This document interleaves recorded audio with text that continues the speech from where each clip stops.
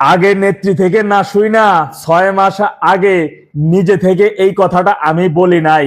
নেত্রীর এই কথাটা একটু ভালো করে শুনেন।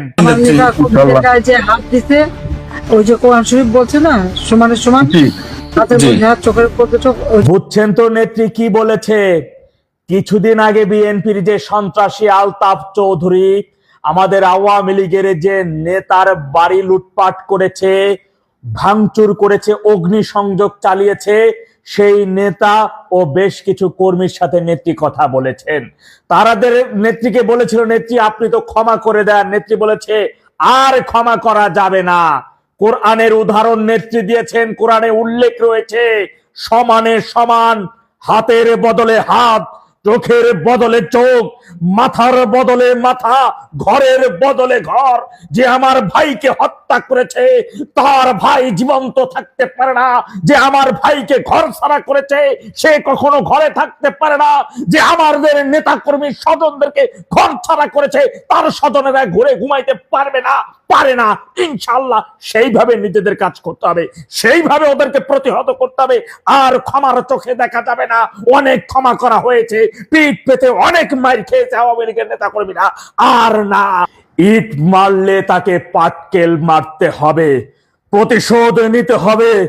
সাধারণ মানুষকে সাথে নিয়ে এই জুলুমবাজ, নির্যাতনকারী, অগ্নিসংযোগকারী, লুটপাটকারী অতি উৎসাহী হয়ে গত 2টা বছর ধরে যারা আওয়ামী লীগের নিরীহ নেতা কর্মীদেরকে অত্যাচার নির্যাতন করতেছে, নির্যাতন করে যাচ্ছে, আত্মীয় আওয়ামী লীগ করে, সেই অপরাধও দেখা গেছে তাদেরকে নির্যাতন করে, তাদের বাড়িঘর পর্যন্ত লুটপাট করে, সম্পদ লুটপাট করে, দখলে নিয়ে যাচ্ছে।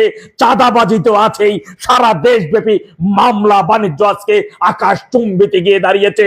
সুতরাং আর বসে থাকা যাবে না, ভয়াবহভাবে এর দাঁত ভাঙা জবাব আপনাদের দিতে হবে। কিছুদিন আগে বরিশাল জেলা মহিলা আওয়ামী লীগের সিনিয়র এক নেত্রীর সাথে আমার কথা হয়। কথার প্রসঙ্গে ওই নেত্রী আমাকে বললেন, দাদা ভাই, কথা প্রসঙ্গে নেত্রীকে বলেছি, মাননীয় নেত্রী আপনার জন্য জীবন দিতে প্রস্তুত। নেত্রী এই কথা শুনে বলেছে, এই কথা আর কখনো বলবা না, আমার জন্য জীবন দিতে হবে না, বরঞ্চ বলো দেশের জন্য, সার্বভৌমত্বের জন্য, আওয়ামী লীগের জন্য জীবন কেড়ে নিবা। জীবন নিতে হবে, সেইভাবে নিজেদেরকে প্রস্তুত থাকতে হবে, প্রস্তুতি করতে হবে এবং সেই কাজ ধারাবাহিকভাবে অব্যাহত রাখতে হবে। মনে রাখবেন ভাইয়ের আমার, আগামীতে আওয়ামী লীগের নেতৃত্বে আসবেন, নেতার খাতায় নাম লেখাবেন, নেতৃত্ব দিবেন, এমন চিন্তা ভাবনা করতেছেন, আপনাকে কিন্তু সেই নেতৃত্বের স্থানে যেতে হলে, পদ পদবি নিতে হইলে, আপনার সর্বোচ্চ নেতা বা আপনার যে নেতা আপনাকে সেই পদ পদবি দিবেন, তিনি হয়তো আপনাকে প্রশ্ন করবেন।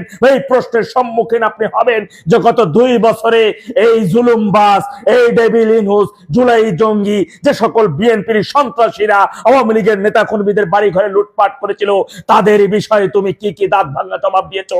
কয়টা ঘর তুমিও কাটতে পেরেছো?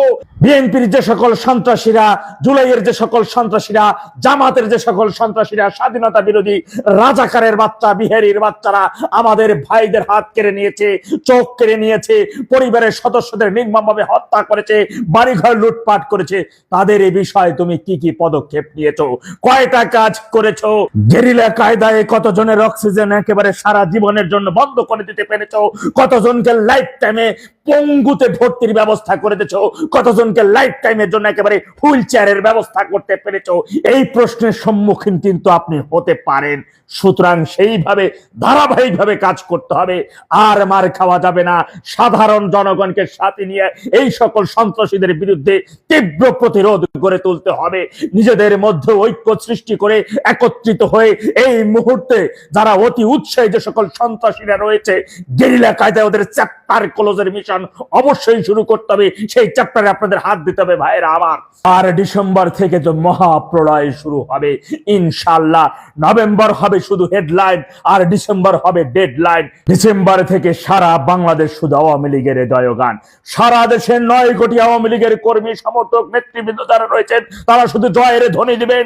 সারা দেশব্যাপী টেকনাফ থেকে তেতুলিয়া, রূপসা থেকে পাথুরিয়া, যতগুলো গ্রাম আছে, যতগুলো ওয়ার্ড আছে, জুলাই জঙ্গি সন্ত্রাসী রাজাকারের বাচ্চা বিহারীর বাচ্চা যে যেখানে যে অবস্থায় আছে যেখানেই লুকাইয়া থাকুক না কেন, যদি 1000 গজ মাটির নিচেও থাকে সেখান থেকে খুঁজে টেনে বের করে একেবারে সারা জীবনের জন্য চিরনিদ্রায় শায়িত করতে হবে। মনে রাখবেন পিতা মুজিব বলেছিল, স্বাধীনতা আদায় করার চেয়ে রক্ষা করা কঠিন। তৎকালীন সময় তারা ভুল করেছিল, স্বাধীনতা বিরোধীদের বাঁচিয়ে রেখে আমরা আমাদের ভবিষ্যৎ প্রজন্মের কথা চিন্তা করে, একটি সুস্থ বাংলাদেশের কথা চিন্তা করে আমরা আর কখনো ওই ভুল করব না।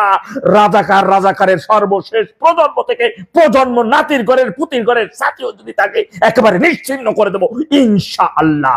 বাংলাদেশ শুধু হবে বাঙালিদের জন্য। জয় বাংলা, জয় বঙ্গবন্ধু, বাংলাদেশ চিরজীবী হোক।